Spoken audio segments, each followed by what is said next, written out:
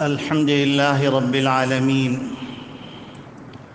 والصلاة والسلام على أشرف الأنبياء والمرسلين وخاتم النبيين محمد وعلى آله وصحبه ومن تبعهم بإحسان ودعا بدعوتهم إلى يوم الدين.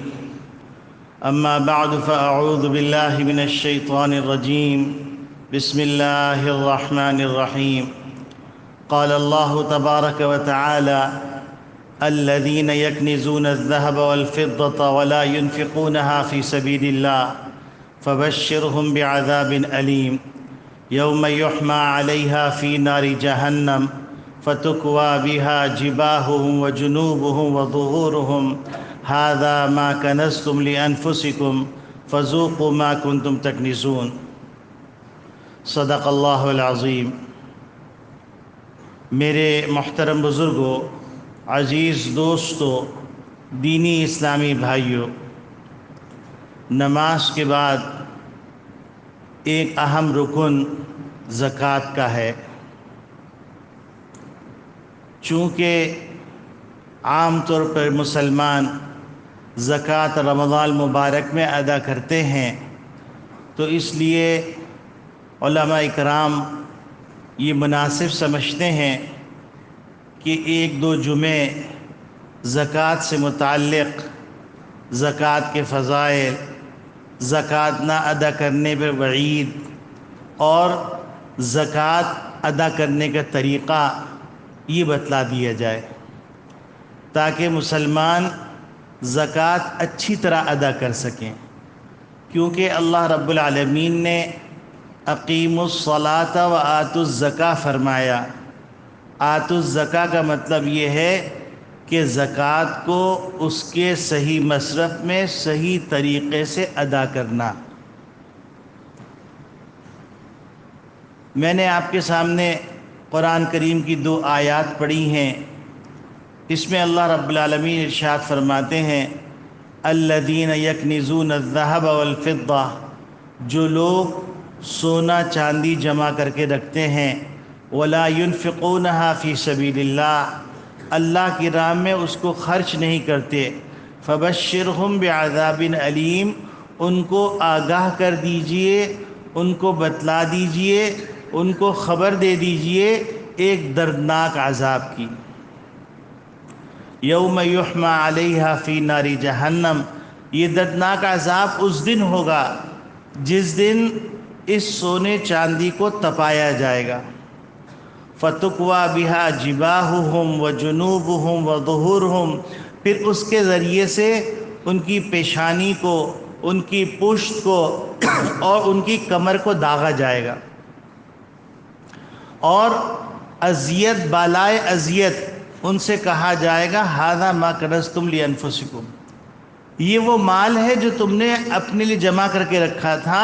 فذوقوا ما کنتم تکنزون، اس جمع کیے ہوئے خزانے کا اب مزہ چکھو. دوسری جگہ اللہ رب العالمین ارشاد فرماتے ہیں: ویل لکل ہمزۃ لمزہ، ہلاکت ہے، تباہی ہے عیب لگانے والے اور تانا دینے والے کے لیے.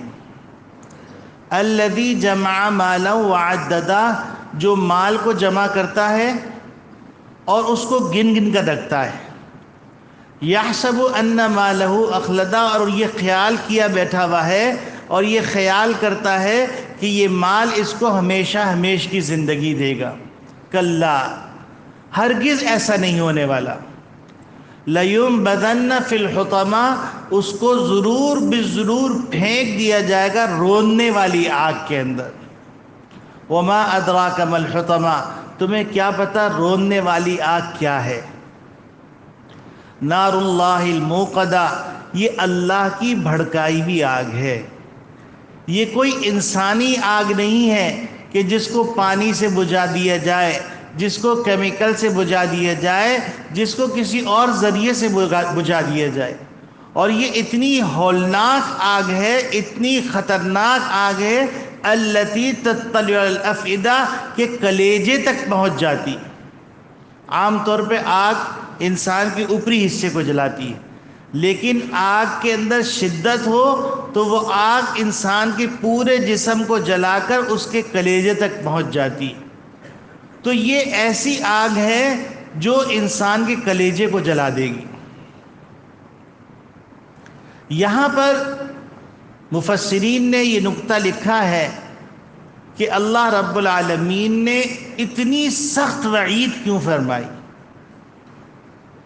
پھر اس کی تشریح میں لکھا ہے اس کی بات دراصل یہ ہے کہ دنیا کے اندر مال کے جتنے بھی ضابطے ہیں، جتنے بھی طریقے ہیں، چاہے وہ ملازمت کا طریقہ ہو، چاہے وہ زراعت کا طریقہ ہو، چاہے وہ تجارت کا طریقہ ہو، یا کوئی اور طریقہ ہو جس طریقے سے مال کمایا جائے، یہ تقسیم اللہ کی ہے. اور اللہ رب العالمین نے ایک آدمی کے دل میں ڈالا کہ تم تجارت کرو، ایک آدمی کے دل میں ڈالا تم اس کی دکان سے جا کے خریداری کرو. یہ دل میں ڈالنا اللہ کی طرف سے، اور گاہک کے دل میں ڈالنا اللہ کی طرف سے. اور پھر ویسے بھی اللہ رب العالمین نے یہ اعلان فرما دیا کہ ان اللہ اشترى من المؤمنین انفسهم واموالهم بان لهم الجنہ، کہ اللہ رب العالمین نے انسان کی جان اور مال کا سودا کر لیا ہے، اور اس کے بدلے میں اللہ رب العالمین نے جنت عطا کرنے کا وعدہ کیا ہے. تو یہ جان بھی ہماری نہیں، مال بھی ہمارا نہیں، اور یہ مال کی پیداوار یہ ہمارے اختیار میں نہیں ہے. آپ دیکھیے ایک آدمی زراعت کرتا ہے تو زراعت کرنے والا آدمی زمین پہ ہل چلاتا ہے اور بیج ڈال دیتا ہے.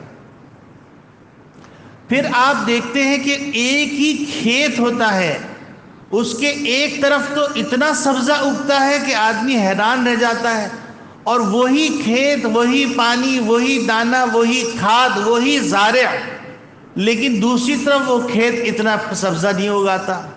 تو یہ کون سی ذات ہے جو دانے کو زمین کے اندر پھاڑتی ہے، پھر ایک کونپل نکلتی ہے، اور وہ کونپل اتنی نازک ہوتی ہے کہ چینٹی بھی اس کو لے کے پھر سکتی ہے، لیکن وہ تیز و تند ہواؤں کو برداشت کرتی ہے، اور تیز و تند ہواؤں کو برداشت کر کر، دھوپ کی تپش کو برداشت کر کر، بارش کو برداشت کر کر وہ پودا بنتی ہے. پودا بن کے اللہ رب العالمین اس میں پھول کھلاتے ہیں، پھول پھر پھل میں تبدیل ہوتا ہے، پھر پھل مٹھاس کے اندر تبدیل ہوتا ہے، وہ پھل پھر توڑا جاتا ہے، اور اگتا کہاں ہے اور بکتا کہاں ہے، اور کھاتا کون ہے، پکاتا کون ہے.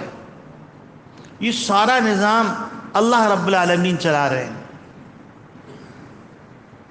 اسی طریقے سے اگر آپ غور کریں تو آپ کو نظر آئے گا کہ ایک طرف کپڑا مارکیٹ ہے، ایک طرف صرافہ مارکیٹ ہے، ایک طرف الیکٹرانک مارکیٹ ہے، ہزاروں دکانیں. اس کو بھی چھوڑ دیجئے، موبائل مارکیٹ، کراچی میں کتنی موبائل مارکیٹیں ہیں، اور کوئی بھی کاؤنٹر خالی نہیں ہے. اگر دیکھا جائے تو موبائل کی مہنگائی اور موبائل کا استعمال، ایک موبائل خرید لیجئے برسوں چلتا ہے، لیکن پوری موبائل مارکیٹ حرکت کر رہی ہے. یہ گاہک کون بھیج رہا ہے؟ یہ اللہ بھیج رہا ہے. کپڑا مارکیٹ کے اندر بیسوں دکاندار کپڑے کے مال لے کے بیٹھے ہوئے ہیں، اور جس وقت دکان کھولتے ہیں اس وقت کیش کاؤنٹر خالی ہوتا ہے، اور جب دکان بند کرتے ہیں تو اللہ کی رحمت ہر ایک کے تجوری میں کچھ نہ کچھ پہنچی ہوئی ہوتی، کسی کے ہاں کم، کسی کے ہاں زیادہ. اب برکت کے لیے ایک نسخہ عرض کر دوں. اس وقت ہر آدمی چاہ رہا ہے کہ میرے کاروبار میں برکت ہو، مہنگائی بڑھ گئی. تو بزرگوں نے ایک آسان سا نسخہ بتایا ہے کہ صبح جب اٹھو، فجر کی نماز پڑھو، تو اللہ رب العالمین پورے دن کے رزق کا فیصلہ فرماتے ہیں اور فرشتوں کے حوالے کرتے ہیں. تو تم صبح اٹھ کے یہ پڑھ لیا کرو، سبحان اللہ وبحمدہ، سبحان اللہ العظیم وبحمدہ، استغفر اللہ. یہ 3 دفعہ 5 دفعہ یا 7 دفعہ پڑھ لو تو انشاءاللہ ثم انشاءاللہ اللہ رب العالمین تمہارے روزی میں برکت عطا فرما دیں گے۔ اسی طریقے سے بزرگوں نے ایک نسخہ بتلایا، یہ مجربات میں سے ہے، کہ آپ فجر کی نماز کے بعد اور مغرب کی نماز کے بعد 1 دفعہ درود شریف اور 5 دفعہ وَمَن يَتَّقِ اللَّهَ يَجْعَل لَّهُ مَخْرَجًا وَيَرْزُقْهُ مِنْ حَيْثُ لَا يَحْتَسِبُ وَمَن يَتَوَكَّلْ عَلَى اللَّهِ فَهُوَ حَسْبُهُ۔ یہ 5 دفعہ پڑھ لیں، پھر 1 دفعہ درود شریف پڑھ لیں تو اللہ رب العالمین انشاءاللہ رزق میں برکت عطا فرمائیں گے۔ اچھا ایک بات یہ سمجھ لیجئے گا، رزق میں برکت کا لوگ مطلب سمجھتے ہیں کہ گڈیاں زیادہ ہوں، حالانکہ رزق میں برکت کا مطلب یہ ہے کہ اللہ رب العالمین تھوڑے میں زیادہ پورا کر دے، اور رزق میں بے برکتی کا مطلب یہ ہے کہ زیادہ میں تھوڑا بھی پورا نہ ہو۔ آپ بہت سے لوگوں کو دیکھیں گے، ایک ساتھی ہم کو بتا رہے تھے، وہ بھی تاجر ہیں، ان کے بہنوئی بھی اچھی خاصی ملازمت ہے اور ان کی تنخواہ 15 لاکھ روپے ہے۔ اب وہ کہنے لگے کہ عید پہ انہوں نے کہا، وہ کسی کے بہنوئی ہیں تو انہوں نے کہا کہ بہنوئی صاحب بہن کو لے کے آپ عید کراچی میں کیجئے گا، تو انہوں نے کہا میرے پاس پیسے ہی نہیں ہے، خرچہ چلانا مشکل ہو رہا ہے، میرے پاس پیسہ ہی نہیں ہے ٹکٹ کے لیے، سفر کرنے کے لیے۔ پھر انہیں ٹکٹ دیا وغیرہ، وہ تفصیل ہے، لیکن یہ پیسے کی بے برکتی ہے کہ 15 لاکھ روپے میں ان کا گھر کا خرچ نہیں چل رہا، 2 میاں بیوی اور 1 بچہ، ان کا خرچہ نہیں چل رہا ہے۔ بے برکتی کا مطلب یہ ہے کہ آپ کے پاس پیسہ آیا اور بیماری میں چلا گیا، پیسہ آیا چوری ہو گیا، یہ بے برکتی ہے۔ پیسے میں برکت کیا ہے؟ پیسے میں برکت یہ ہے کہ آپ کے پاس جتنا ہے اس میں اللہ رب العالمین نے آپ کا پردہ رکھا ہوا ہے، اور آپ الحمدللہ اللہ کی جو نعمتیں ہیں وہ نعمتیں کسی نہ کسی درجے میں پا رہے ہیں، یہ پیسے کی برکت ہے۔ اللہ رب العالمین مال میں بھی برکت دے اور مال میں برکت کے ساتھ کثرت بھی دے، دونوں دعا کرتے ہیں۔ تو میرے عزیزو، اگر غور کیا جائے تو یہ گاہک جو بھیج رہا ہے یہ اللہ تعالیٰ بھیج رہا ہے۔ میں اکثر یہ مسئلہ بتاتا ہوں کہ آپ نے دیکھا ہوگا کہ آپ کے ابو گھر کا توا لے کے آئے ہوں گے، اور اس میں آپ نے بھی بچپن میں روٹی پکتی ہوئی دیکھی ہوگی، آپ کی بیوی بھی روٹی پکا رہی ہوگی، اب آپ کی بہو بھی روٹی پکا رہی ہوگی، لیکن آپ توے والے کے پاس جائیے تو اس کے پاس فرصت نہیں ہے۔ آپ سوچیں ذرا سا کہ توا نسل در نسل 3 پشتوں میں چل رہا ہے، لیکن توے والے کو فرصت نہیں ہے، تندور والے کو فرصت نہیں ہے، اللہ اس کا بھی رزق چلا رہا ہے۔ اسی طریقے سے جو پرانے یہاں پر تاجر بیٹھے ہوئے ہیں وہ جانتے ہیں کہ ایک وقت ایسا آیا تھا کہ چائنا سے سوئیاں منگوائی گئی تھی، ان سوئیوں میں ناکا نہیں تھا، سارے تاجر پریشان تھے کہ یا اللہ اب کریں تو کیا کریں، چائنا واپس بھیجے، اتنا سہولت تھی نہیں اس زمانے میں۔ اب خدا کا کرنا دیکھیے کہ اللہ رب العالمین نے ایک گاہک بھیجا جس کو ایسی سوئی چاہیے تھی جس میں ناکا نہ ہو، سارا مال بک گیا، سارا مال بک گیا۔ تو یہ مال کس نے بکوایا؟ آپ اس کو بھی چھوڑ دیجئے، ایک مثال لے لیجئے کہ ایک صاحب کا انتقال ہوا، ان کا نام آپ جانتے ہیں، جنید جمشید رحمۃ اللہ علیہ۔ انہوں نے گانا وغیرہ چھوڑ دیا تھا، ان کے پاس پیسے نہیں تھے، انہوں نے ساری چیزیں بیچی، بیچنے کے بعد جو ہے انہوں نے کپڑے کا کام شروع کرنے کا فیصلہ کیا۔ اب کپڑا جو بنوایا تو کاریگر نے ناواقفیت کی بنیاد پر یا حماقت کی بنیاد پر اس نے کیا کیا، ایکسل کا سائز میڈیم والا کر دیا، میڈیم کا سائز جو ہے اسمال والا کر دیا، اور اسمال کا سائز تو بالکل ہی تیا پانچا کر دیا۔ اب سر پکڑ کے بیٹھے ہوئے ہیں کہ یا اللہ اب تو کچھ پیسے بھی نہیں ہیں، اور رمضان سر کے اوپر ہے، خرچے بے شمار ہیں، کریں تو کیا کریں۔ اب ظاہری اسباب کے اندر یہ کام چلنے والا نہیں تھا۔ ایک گاہک اللہ رب العالمین بنگلہ دیش سے بھیجا، بنگلہ دیش سے گاہک آیا، اور آنے کے بعد گاہک نے کہا کہ ہمارے اور آپ کی باڈی سائز میں فرق ہے، تو لہٰذا ہم کو کپڑا چاہیے آپ کا جو ایکسل ہے وہ ایکسل نہیں، وہ ہمارا جو ہے لارج ہے، وہ لارج ہو وہ ہمارا ایکسل ہے، اور جو آپ کا لارج ہے وہ ہمارا میڈیم ہے، وہ لارج بنے گا۔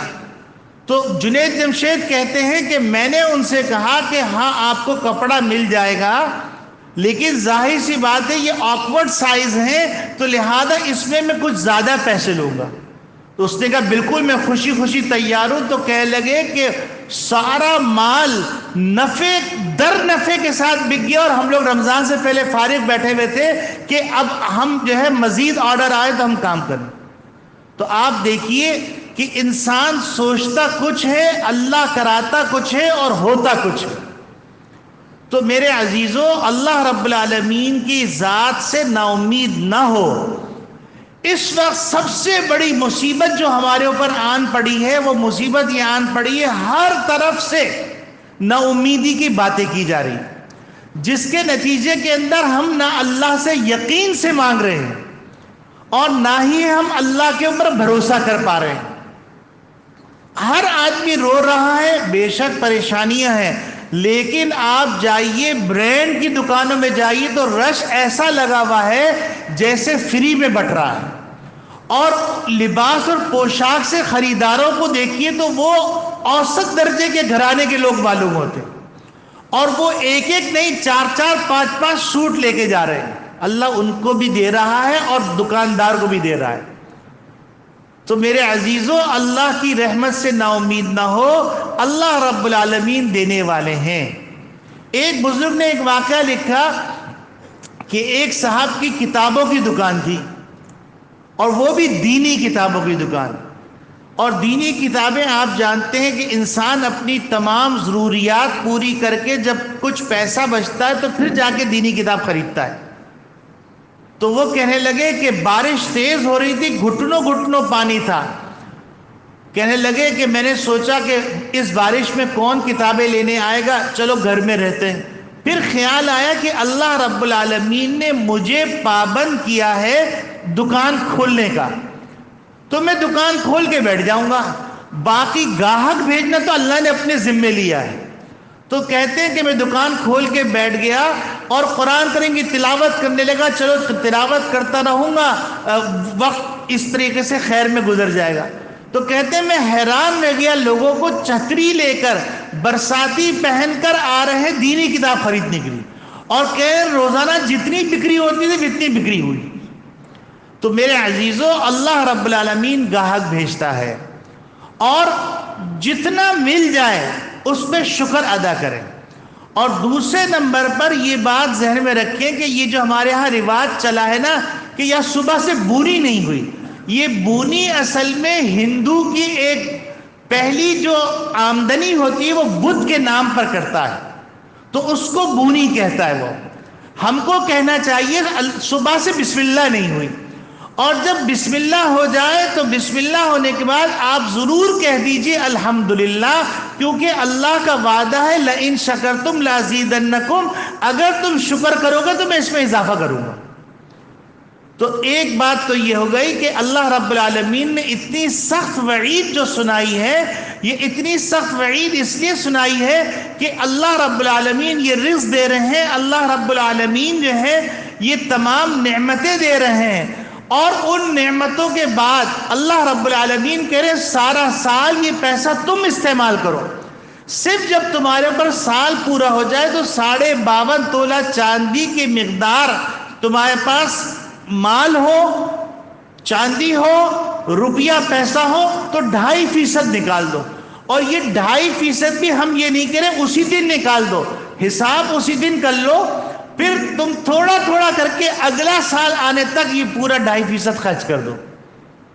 تو یہ دیکھیے کہ اللہ رب العالمین نے کس قدر عنایت فرمائی ہے، اور پھر اس کے بعد اگر اللہ رب العالمین اس کے بدلے میں کچھ نہ دیتے تو بھی کافی تھا، کیونکہ اللہ رب العالمین نے ہم سے 2.5% مانگا ہے، اور پھر کہا ہے میں تمہارے مال کی حفاظت کروں گا، اور پھر کہا ہے میں تمہارے مال میں برکت دوں گا، اور پھر اللہ رب العالمین نے وعدہ کیا ہے یمحق اللہ الربا ویربی الصدقات، کہ سود کو اللہ گھٹاتا ہے اور صدقات کو اللہ بڑھاتا ہے.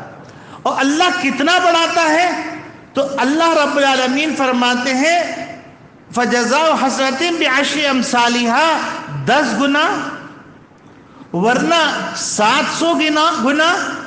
اور پھر اس پہ بس نہیں کریں گے، اگر تمہارا اخلاص اعلیٰ ہوا واللہ یضاعف لمن یشاء واللہ یرزق من یشاء، اللہ بے حساب بڑھا دیں گے.